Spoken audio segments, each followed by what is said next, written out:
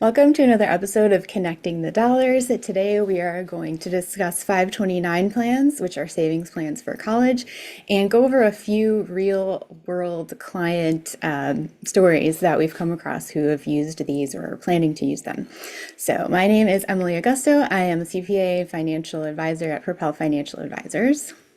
And I'm Amanda Vaught, attorney, financial advisor with Emily. Yep. So, okay, it's also May, and 529 Day is the day we try to talk about 529s and make people aware of them because what is it, only like 35% of people who are eligible to use them actually use them for savings. 35% of families use a college savings plan to Gotcha. help save for college. So that can include 529 plans, but it also includes Coverdale ESA plans, which are less common nowadays, but also definitely a valid, great way to save. Yeah. Same with UTMAs. You've probably heard of those, or just any other like Mhm. savings account for your child. For yeah. Yeah. So I think because you mentioned 529 day, May 29th, but also a lot of people are graduating about now. So I think going to college is kind of in the air, or maybe you recently Yes. graduated college and you have a student loan bill coming due. Yeah. There's Or all you're kinds of reasons. Yeah. Yeah, you graduated What? high school and you're wondering how you're going to pay for, next semester at your state school or whatnot. So, Yeah. And then we also recently saw a video by a financial influencer type person who was talking about hacks for 529 plans. And their hack was that you could start a 529 plan at any time. You don't have to have a child. You don't have to be you could be pregnant. You don't have to give given birth. And that is true. That is a great hack, if you will. You can set up a 529, name yourself as a beneficiary, and then after you have a child, you can just switch the beneficiary to their name. So right. it can be helpful to start them sooner rather than later. So I would say, is that a good idea? Yes. Is it valid? Yes, definitely. But also, what we see in our practice working with clients is that even if you can do these types of things, a lot of people don't. Right. And that that is the issue, right? Is like actually doing the thing and taking advantage of the plan. Um, and sometimes people see these things like these hacks and they're like, well, my kid's already 5. I missed the boat. What's the Right. point? And then they get discouraged, which further sets them behind. Yeah. And so the thing we like to stress is just take care of business. Let's Yeah. get it done. Start If when you you don't have the can. 529 set up for your kid, you're fine. Do it now. Even if the kid is in college already, it can benefit you to start using a 529 plan now. Mhm. So that's, I think, what we would stress as financial advisors is Right. don't wait, don't worry about the hack, just get it done. Right. Right, Emily? Yeah, it is compelling when you hear like you can do these things and this is how I did it and like I've got everything all my ducks in a row. But it's the same thing like when we're even talking about saving for yourself, saving for your retirement, it's hard to like put yourself in that future position that I imagine it's hard for you to see like your 5-year-old child and think of them in college or even like your unborn child, even more so, to see them like oh my gosh, you're going to go to college. You think you have all this time, but, and you Yeah, do, but like take advantage of that time. Start now, even if yeah. it's like $50 a month, you know? So when you speak to financial planning clients, I'm sure you see a gamut of how people are planning to save for college, but I know there was one recently that was kind of a little different. Oh, yeah. Yeah, it does run the gamut. And different people have different priorities in terms of balancing college savings and retirement savings and all the things, right? Um, but I see this frequently with people who are high income, uh, which is great, right? They have high income, right? Which gives them flexibility and choice that a lot of people don't have. Mhm. But what we like to focus on is, protecting that income and protecting that wealth while you're in a position to do so. Mhm. Um, Unfortunately, for high income people, they don't always stay high income. And I think that's what a lot of people can fail to recognize in the moment. Either, there will be a layoff, there will be a recession. Things can change quickly. People get injured and they get disabled and they can't continue to make that level of income. And, that's what we like to plan for and protect against when we work through financial planning. But all that being said, say even if they do stay at high income, their kind of vague-ish plan is to just pay for college out of their current income. Yeah. Um, right, which is something that can work, right? But also, why not use a 529 or another vehicle to help pay for college? Right. I think people fail to appreciate the compounding growth that can occur over the years. That's like your savings. If you just save, it goes like this. But if you're getting compounding, you get the parabolic effect. Um, and the tax savings can be significant. Uh, Hmm. there's a there's a JP Morgan study where they showed like the fully funded 529, and by the time it came time to pay for college, they can save something like $50,000 in taxes, Wow. um, which is like a year's worth of tuition. It's a lot of money. Yeah, the cost of college is only rising, so why not try to Yeah, get ahead? And that's the real hack, I think, is taking advantage of the compounding interest and, the tax savings. yeah.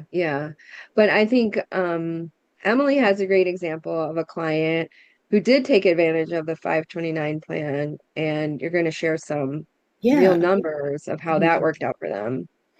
Yeah, so as we said before, not a ton of people are taking advantage of the 529 plan or college savings at all. So with clients, I see people starting to use these types of accounts more for their kids are younger now. But this is an example. It's a neighbor of a friend who started 529 plans. I don't actually know when they started, but their kids are 18 and 16 now. So one has just started college, and they were able to pay the full tuition just using funds from her 529 plan. The daughter's name is Maya, and when she was younger, she was talking about how she potentially wanted to go to cooking school or do something, more with her hands based, like a trade school, something like that. So the parents were kind of like not sure if a 529 plan even made sense, that she wasn't really wanting to go to a university or anything like that. So they still decided to to start this account because you can use 529 plans. They've expanded the use for them. Some of the qualified expenses can be for high school or even for other types of schooling. So it came time to go to college. She's going to a community college in the suburbs of Illinois. Her first semester tuition was $11,500, and they were able to pay for the whole thing, as I said, from the 529. And what's neat to see is like the breakdown between what they actually contributed and the earnings that went towards that total tuition bill. So it was about $7,700 of the basis, and then the rest was earnings. So that's, I think, about almost 5% growth on that $7,700. And overall, that means they paid about 32% of that bill with just tax-free earnings. So I did the numbers, and essentially each quarter they're saving about $4,000, and that includes tax savings on what they would have paid if that money was just in like a regular taxable savings account and they took it out of that account instead of taking it out of a 529 plan, which has the tax advantage. So Yeah. overall, it was cool to see like the plan actually work and come to fruition, because a lot of kids going to college now, or at least in my client base, they I haven't seen a lot of this yet. So it's cool to see. Yeah. And also, if Maya doesn't use all of the money in her 529 plan, luckily she has a little brother named Noah and he wants to go to a university. So the parents could change the custodian, or not the custodian, the what is it? Beneficiary. Thank you. The beneficiary Yeah. to her little brother's name, and they can use it for him. Or there's also some provisions from the Secure 2.0 Act saying that you can roll some of that into a Roth IRA for Maya if she still has money left after she finishes school. So Yeah. there's a lot of options. You're not really pigeonholed. I don't really see like a downside to them. So that was I don't know. So I thought it was a good example to see, like, even Mhm. though it doesn't seem like a huge savings, if you run it out to four, what is it, 4 years of college, they end up saving something like over $30,000. So you're still spending a lot of money, but if you're just trying to pay it out of pocket, like, one, you don't know how much school is going to cost when your kid is of age and what school they're going to go to. Like, if you can plan a little bit, I think it makes a lot of Yeah. sense. I mean, that's the hack, right? At the end of the Yeah, day, like exactly. here's $30,000. Like who's going to say no to that? Yeah. Um, and I mean, not to even mention the cost of being free of student loan debt, or at least Yes. minimizing that debt when you graduate. I mean, oh my God. Yeah. Um, that's numbers, like financial numbers, but like a lot of psychological Hmm. stress from debt that you can avoid. Yeah. It's And that is huge. Yeah. a huge part of creating generational wealth, which I think is a goal of a lot of people too. Yeah. Yeah. But So yeah. Anything else? hopefully some people use our hacks and um, get their 529 started if they haven't already.